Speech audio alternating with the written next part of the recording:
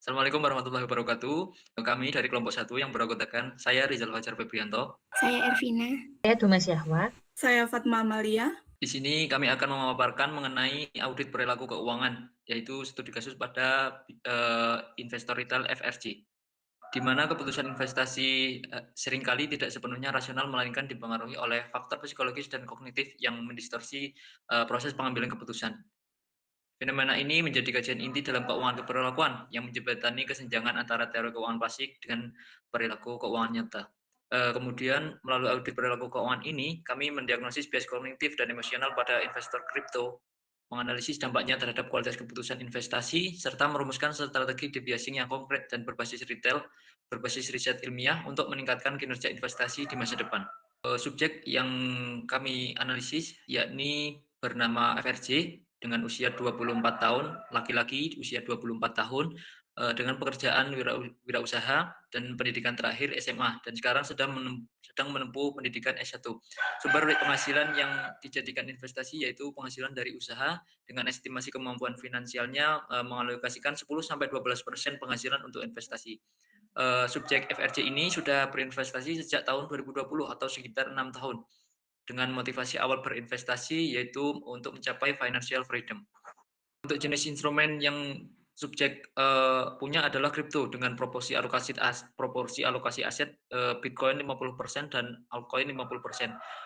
Platform atau aplikasi yang digunakan yaitu Binance. Frekuensi transaksi oleh subjek termasuk aktif dengan buy and sell sekitar 4-5 kali seminggu. Selanjutnya, untuk profil risiko subjek termasuk risk taker dengan calculated risk taking karena menerapkan risk reward ratio, menggunakan cut loss, serta memiliki target profit. Sehingga mulai terlihat indikasi biasnya yaitu loss aversion dan disposition effect.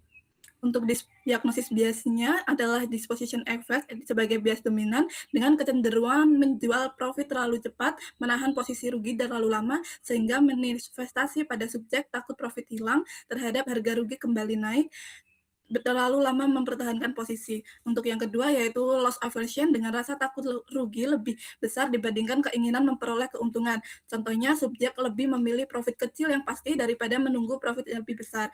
Dampaknya yaitu exit terlalu cepat dan juga profit tidak maksimal. Diagnosis bias lainnya yaitu overconfident bias, yaitu subjek terlalu percaya terhadap analisis pribadi dan keyakinan terhadap market, dengan dampaknya yaitu mengabaikan warning market serta mempertahankan posisi terlalu lama. Dan yang terakhir yaitu confirmation bias, yaitu subjek cenderung mencari informasi yang mendukung keyakinannya.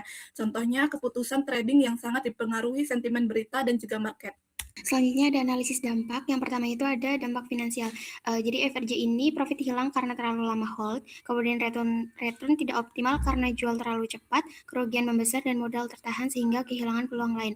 Selanjutnya ada dampak psikologis, yaitu terjadi disonansi kognitif. FRJ tahu aturan tetapi tidak menjalankannya. Selanjutnya ia juga terjebak siklus penyesalan karena tekanan emosi dari kondisi pasar serta overconfidence berlebihan. Selanjutnya ada strategi debiasing. Yang pertama ada strategi pertama yaitu profit looking protocol. Subjek wajib menentukan target profit sebelum RT, menentukan batas cut loss, exit otomatis saat target tercapai. Tujuannya untuk mengurangi greed dan meningkatkan disiplin trading. Yang kedua, ada strategi perimeter analysis. Sebelum mempertahankan posisi rugi, subjek wajib menentukan kondisi apa yang membuktikan analisis saya salah.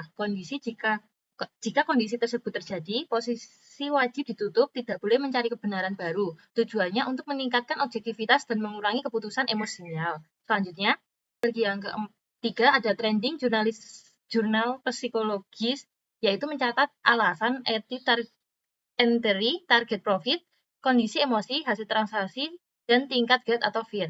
Tujuannya untuk menggali pola kesalahan dan meningkatkan self-awareness.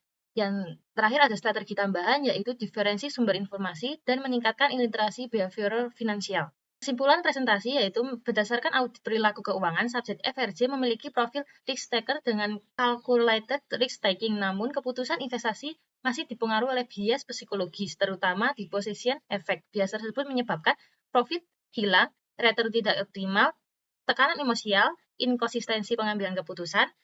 Karena itu, strategi debasing diperlukan agar investor dapat lebih disiplin, lebih rasional, dan mampu mengendalikan emosi dalam investasi. Terima kasih atas perhatiannya. Kami dari kelompok 1. Wabillahi taufiq wal hidayah. Wassalamualaikum warahmatullahi wabarakatuh.